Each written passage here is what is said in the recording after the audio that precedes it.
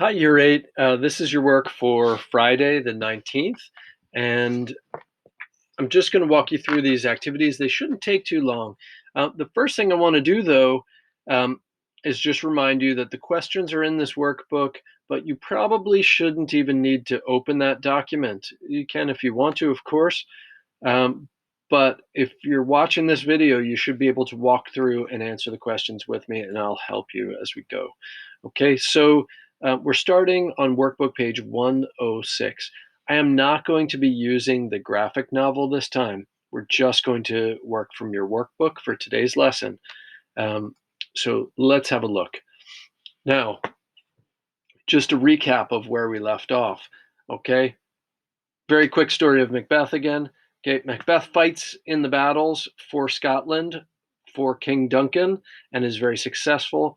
And as a result, King Duncan decides that Macbeth should become Thane of Cawdor.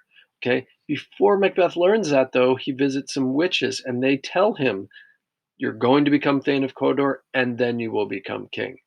Okay, now this is just a refresher for you. Hopefully, you know this now.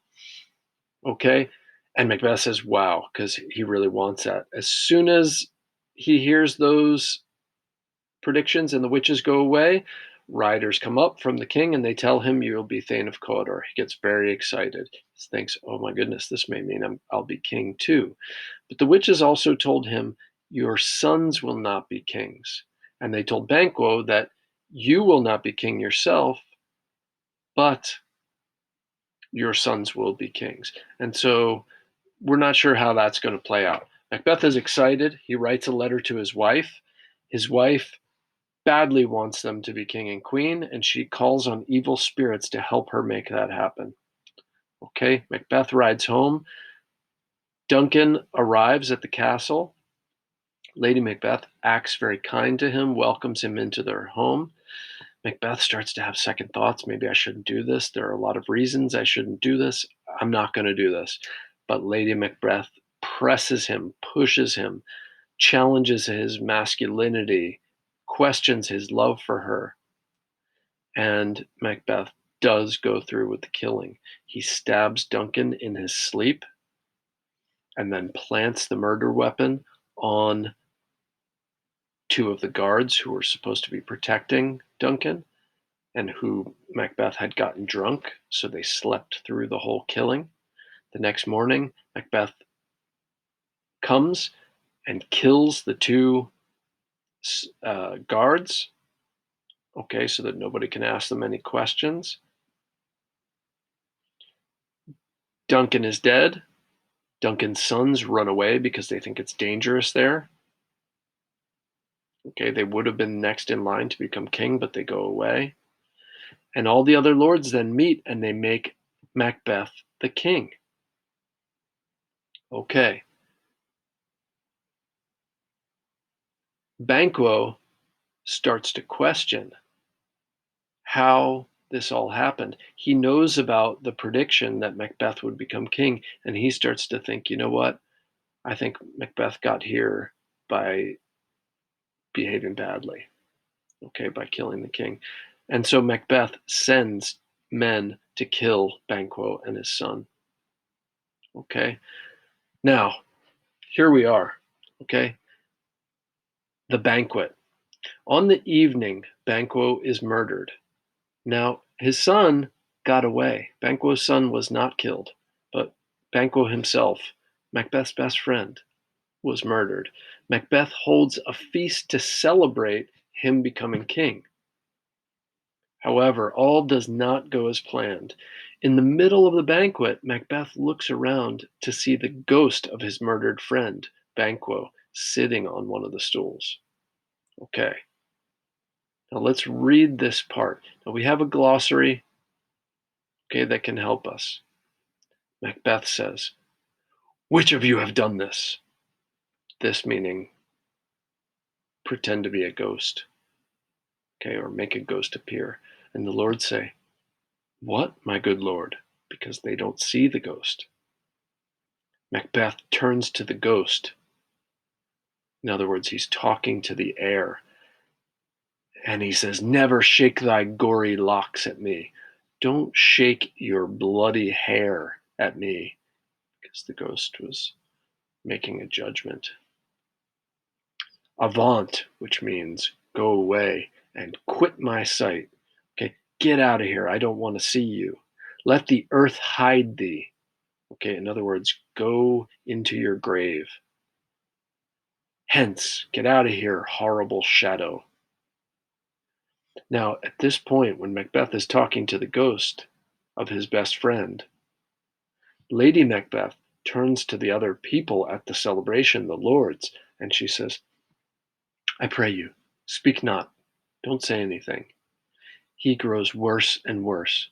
At once, good night. Stand not upon the order of your going, but go at once. She's telling them, leave. Okay, please, don't say anything. Don't wait. Just go. Okay. Now, your task here, task 13, is you're not going to work in a group for a role play. Okay, but I do want you to write out. Okay, imagine yourself as one of the lords.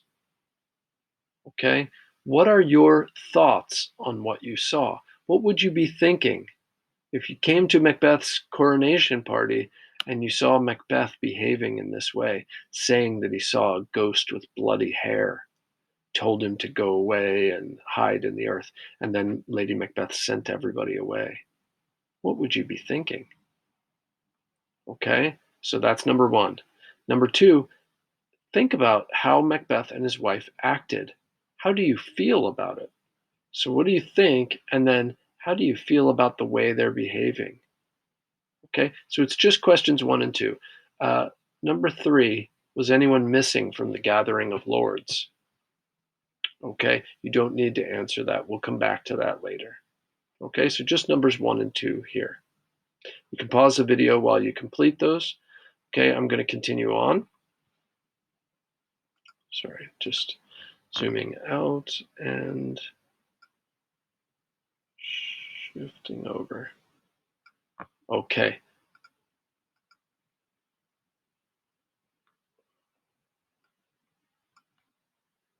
Now, after that, Macbeth visits the witches. Okay, so have a look. After the experience at the banquet, Macbeth is feeling very uncertain about his position as king. He wants to stay king, but he's afraid. He decides to visit the witches. When Macbeth asks them to predict his future, this is what the witches say. Round about the cauldron go, in the poisoned entrails throw. Speak, demand, we'll answer. Okay, so they're going around the pot, the cauldron, and they're throwing in poisoned uh, entrails, which is like stomach and intestines from animals, okay, to make the magic. First, apparition. So, an apparition is something that appears like a ghost. So, and the first thing that appears is a head, just a head, wearing a helmet. And it says, Macbeth, Macbeth, beware, Macduff. Now, remember, Macduff is the one of the lords who discovered the king murdered. He's the first one who came upon the scene and discovered the king murdered. And he saw Macbeth come in and kill the two guards. Macduff was not, he was the one that was not present at the banquet to celebrate Macbeth becoming king. Okay, now a second ghost appears, and it is a blood smeared child. Yikes. Okay, and it says, Be bloody, bold, and resolute, for none of woman born shall harm Macbeth. Now, you all saw a summary of this. It's saying none of woman born. Okay, so no one who has been born from a woman in the natural way shall harm Macbeth. That almost sounds like nobody can harm Macbeth, because Who hasn't been born naturally from a woman? Okay, but there's a bit of a tricky answer to that question. Third apparition, so a third ghost appears, and it is a child wearing a crown with a tree in his hand. And it says, "Be lion mettled, proud, and take no care. Macbeth shall never vanquished be, until great Birnam wood to high Dunsinane hill shall come against him." Now, basically, this means don't worry, okay? Be like a lion, brave like a lion, proud, and not worried. Macbeth shall never be defeated or conquered until this forest called Great Birnam Wood comes to the hill where his castle is to defeat him. Okay, so let's think about that again. This ghost of a child wearing a crown says, Macbeth, you don't have to worry about being defeated until this forest comes to your castle. Now that sounds impossible. So maybe that's encouraging for Macbeth.